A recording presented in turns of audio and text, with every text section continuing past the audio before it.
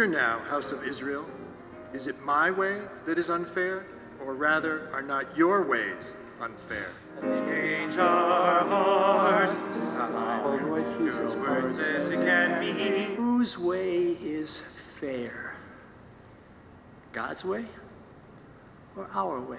Change our minds this time. Your life could make us free.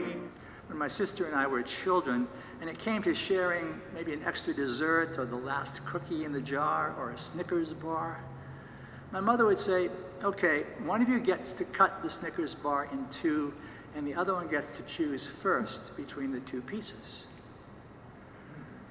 You can imagine the precision and the caution as one of us would cut that Snickers bar in two, being oh so careful that neither piece was the slightest bit larger than the other. Do this. We are the people your call set apart. Being fair and just in the Christian scheme of things is much more than just dividing things down the middle.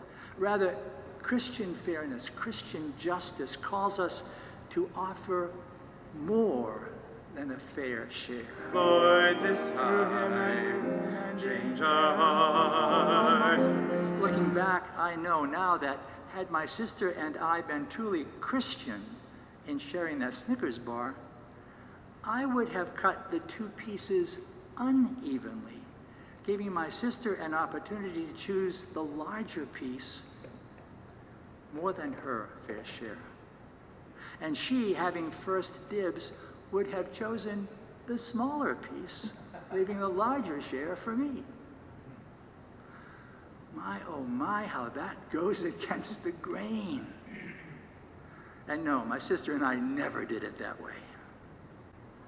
But that's just the way the Lord asks us to act.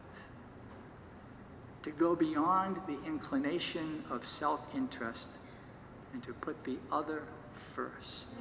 Show us the way that leads to your side. As we determine where we stand on complex social issues, we could do worse than contemplate a Snickers bar. Over the mountains and sands of soul. Jesus dying on the cross was not fair. Jesus didn't divide the Snickers bar in half and give us half of it. He didn't cut it unevenly and give us a larger share. He just gave us everything, the whole thing, taking nothing for himself. Change our hearts this time.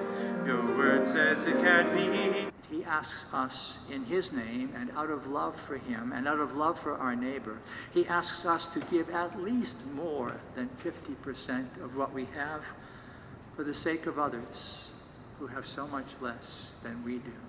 Change our minds this time. Your life could make us free.